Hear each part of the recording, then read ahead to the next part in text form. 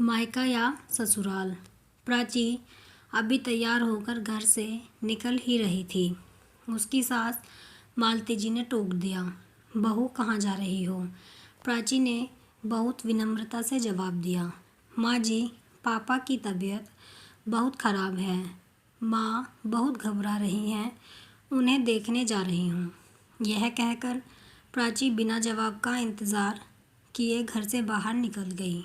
मालती जी को उसका व्यवहार अच्छा नहीं लगा, लेकिन पिता की बीमारी की खबर सुनकर वे चुप रह गई।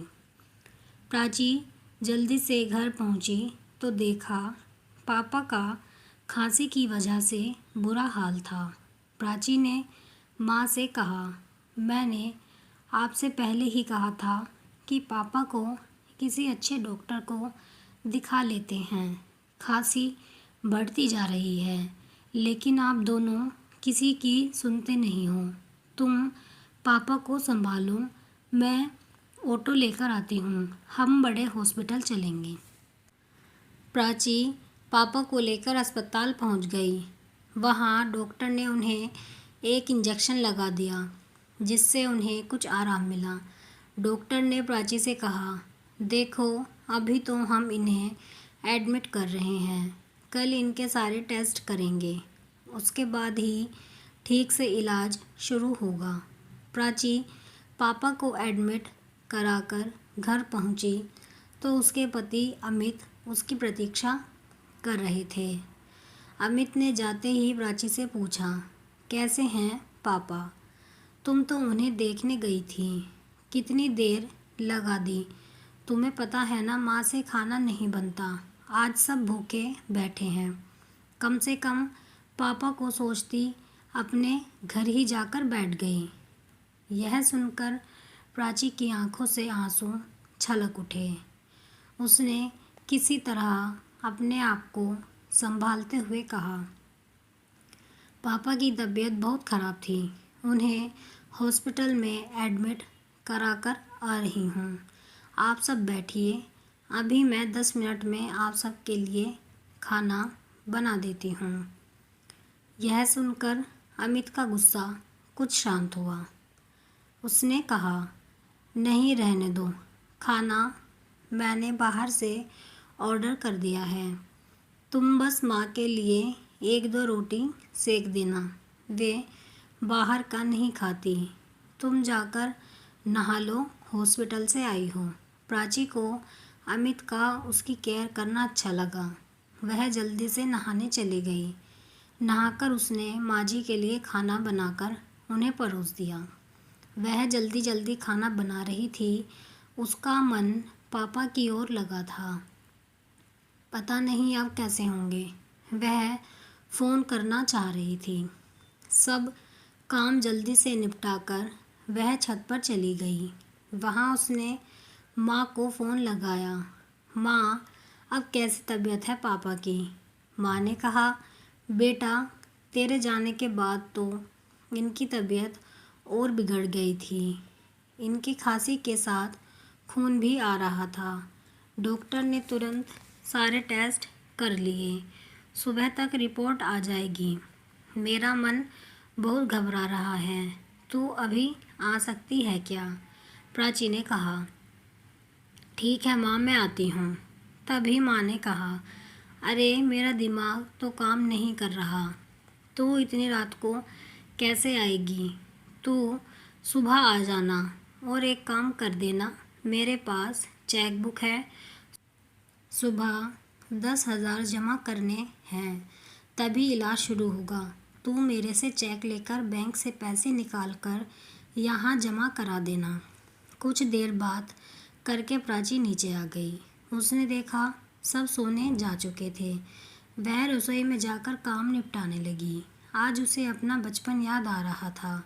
उसके पापा कहते थे, मेरा बेटा नहीं है तो क्या हुआ, बेटी है, मैं इस काबिल बनाऊंगा कि यही मेरा बेटा बनेगी। आज अपने आप को कितना लाचार मान रही थी प्राची। काश वह लड़का होती तो कम से कम इस समय अपने पापा का ख्याल तो रख सकती थी। किसी तरह काम निपटाकर वह सोने चली गई, लेकिन आंखों में नींद कहाँ थी। उसने देखा अमित गहरी नींद में सो रहे थे। सुबह वह जल्दी उठ गई। सबके लिए नाश्ता बनाकर अमित का लंच पैक करके वह निकलने के लिए तैयार हो रही थी। तभी उसने देखा कि उसकी अलमारी में 10,000 रुपये पड़े हैं, जो अमित ने परसों घर खर्च के लिए दिए थे। प्राची ने कुछ सोचकर पैसे पर्स में रख लिए और हॉस्पिटल पहुंच गई। वहां उसने पैसे जमा करा दिए। पापा के पास पहुंची तो देखा पापा कुछ ठीक लग रहे हैं। वे प्राची को देखकर मुस्कुरा दिए। तभी माँ ने कहा, बेटा ये चेक ले, जा बैंक से पैसे निकाल कर जमा कर दे, तभी रिपोर्ट मिलेगी। प्राची ने कहा, माँ पैसे मैंने जमा करा दिए थे, अभी घर आ जाऊँगी तो बैंक से निकाल लूँगी। पापा का इलाज अभी शुरू हो जाएगा। यह सुनकर माँ ने कहा, अरे बेटा तूने यह क्या किया? तेरे ससुराल वालों को पता लगा तो न जाने तुझे कितना भला बुरा सुनाएंगे। प्राची बोली, माँ तुम चिंता मत करो, मेरे पास घर खर्च के पैसे थे, अभी बैंक से निकाल कर वापस रख दूँगी। मुझे शाम को जाना है शॉपिंग करने अमित के साथ। प्राची कुछ देर बाद वहाँ रुककर चेक लेकर बैंक पहुँच गई। बाहर गार्ड से उसने पूछा, भैया आज बैंक बंद है क्या? गार्ड ने कहा, बहन जी आज दूसरा शनिवार है, कल इतवार है, अब तो बैंक सोमवार को ही खुलेगा। यह सुनकर प्राची के पैरों तले ज़मीन खिसक गई कि कहीं अगर अमित को पता लग गया कि घर खर्च के पैसे पीहर में दे आई तो उसका जीना मुश्किल हो जाएगा। वह डरती डरती घर पहुंची तो उसने देखा उसकी सास मालती जी गुस्से में बैठी थी। मालती जी बोली, बहू यह सब क्या है? रात को हमने बाहर का खाना खा लिया, सुबह से तुम फिर गायब हो। अगर दोनों टाइम बाहर का खाना खाएंगे तो हम सब बीमार पड़ जाएंगे। तुम क्या चाहती हो कि तुम्हारे सारे ससुराल वाले उसी हॉस्पिटल में एडमिट हो जाएं जिसमें तुम्हारे पापा हैं? यह सुनकर प्राची रोने लगी। नहीं नहीं माँ जी, ऐसा मत कहिए, मैं अभी खाना बना देती हूँ। कहकर प्राची तेज़ी से काम में लग गई। नहा धोकर फटाफट खाना बनाकर सास ससुर को खिला दिया। इधर उसे पापा की चिंता थी, उधर उसे अमित के गुस्से का डर। जब उसे पता लगेगा कि घर खर्च के पैसे मैंने कहीं और खर्च कर दिए।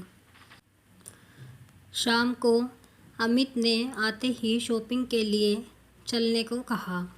प्राची ने उसे कमरे में ले जाकर सारी बात बता दी। यह सुनकर अमित को बहुत गुस्सा आया।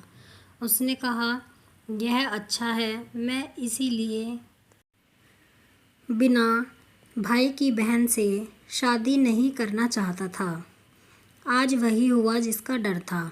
मेरी कमाई अपने माता पिता पर लुटाती रहो। यह सुनकर प्राची के सब्र का बांध टूट गया।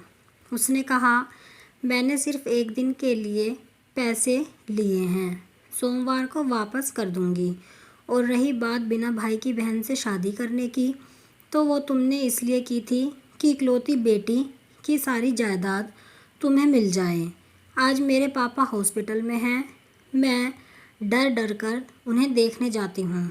घर आते ही सब मुझे उल्टा सीधा सुनाने लगते हैं, जैसे अपने पापा के पास जाकर मैंने कोई गुनाह कर दिया। मैं अभी माँ के पास जा रही हूँ। अपने पापा को मैं अकेला नहीं छोड़ सकती। सोमवार को तुम्हें तुम्हारे पैसे मिल जाएंगे। तब अमित ने कहा, मैं भी देखता हूँ वे तुम्हें कब तक रखेंगे। अपने आप रोती हुई वापस प्राची ने जवाब दिया, उसकी नौबत नहीं आएगी। मेरे पापा ने मुझे इतना काबिल बना दिया है कि मैं अपना और अपने माँ बाप का पालन पोषण अच्छे से कर सकूं। यह कहकर कविता एक बैग में कपड़े लगाकर पीहर की ओर चल दी। आज उसे ऐसा लग रहा है कि जैसे वह बेटी होने की कैद से आज़ाद होकर पापा का बेटा बन गई है।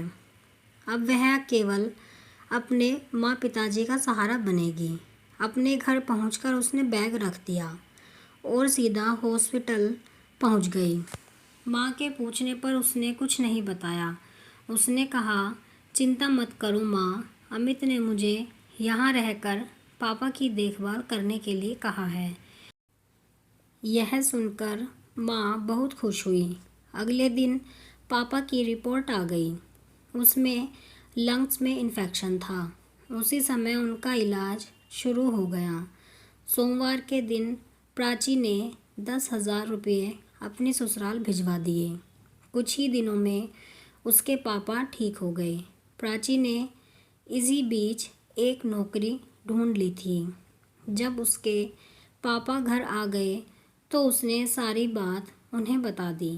पापा ने कहा, बेटा, हम अपना ध्यान रख लेंगे। तू अमित से बात करके वापस लौट जा। प्राची बोली, पापा, मैंने घर आपकी वजह से नहीं, अपने आत्मसम्मान के कारण छोड़ा है। अब मैं बेटा बनकर आपकी सेवा करूंगी। आप परेशान न हों। आप कमेंट में ज़रूर बताएं कि आपको ये कहानी कैसी लगी है। अगर आपको कहानी पसंद आई है तो वीडियो को लाइक करें, शेयर करें, चैनल को सब्सक्राइब करें ऐसी ही कहानियों के लिए।